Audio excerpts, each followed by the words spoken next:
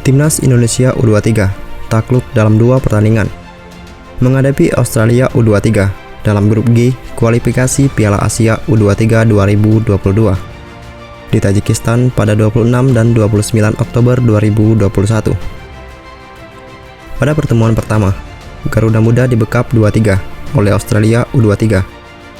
Kemudian, dalam leg kedua, Timnas Indonesia U23 ditekuk 0-1 oleh tim dengan sebutan lain Australia U23. Kekalahan ini membuat Timnas Indonesia U23 gagal lolos ke Piala Asia U23 tahun depan di Uzbekistan karena tanpa poin di grup G pada fase kualifikasi ini, sementara Australia mengemas 6 poin. Meski tersingkir, Garuda Muda telah menunjukkan permainan yang menjanjikan. Setidaknya, Timnas Indonesia U23 mampu menahan Australia U23 agar tidak meraih kemenangan dengan selisih lebih dari 1 gol. Lantas, peningkatan apa saja yang terlihat dari Timnas Indonesia U23?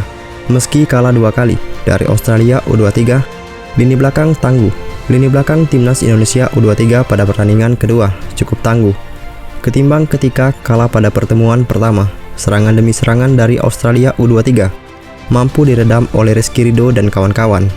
Tim berjuluk Oliros itu tercatat melepaskan 8 tembakan ke gawang Timnas Indonesia U23. Namun hanya 1 yang tepat sasaran. Itu pun melalui kemelut dari bola mati. Selain itu, Hernando Sutaryadi tampil heroik di bawah mister gawang Timnas Indonesia U23. Kiper asal Persebaya Surabaya itu membukukan total 12 penyelamatan meski kebobolan 4 gol. Penampilan Asnawi Mako Alam juga makin menjanjikan. Selain bertahan, Kapten Timnas Indonesia U23 itu juga rajin membangun serangan dan berani melakukan penetrasi, menerobos jantung pertahanan Australia U23. Bermain disiplin.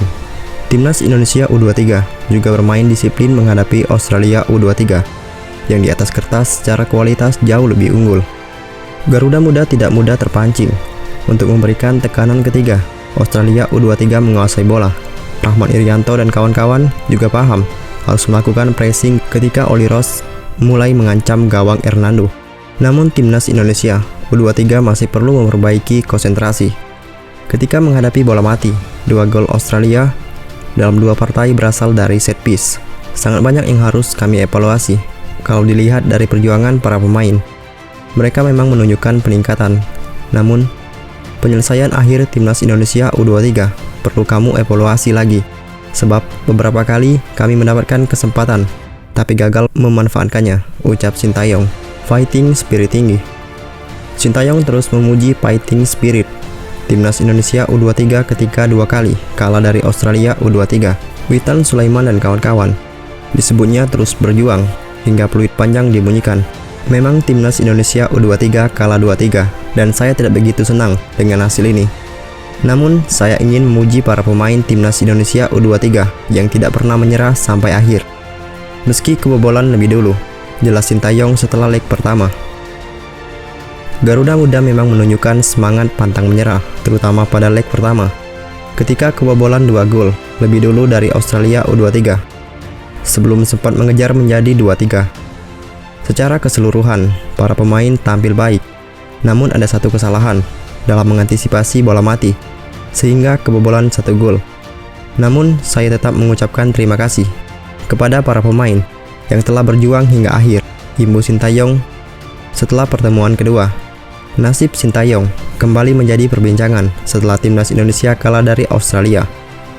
Sintayong sebagai pelatih kepala Timnas Indonesia masih aman setidaknya hingga akhir tahun ini. Meski begitu, PSSI tetap akan mengevaluasi kinerja Sintayong.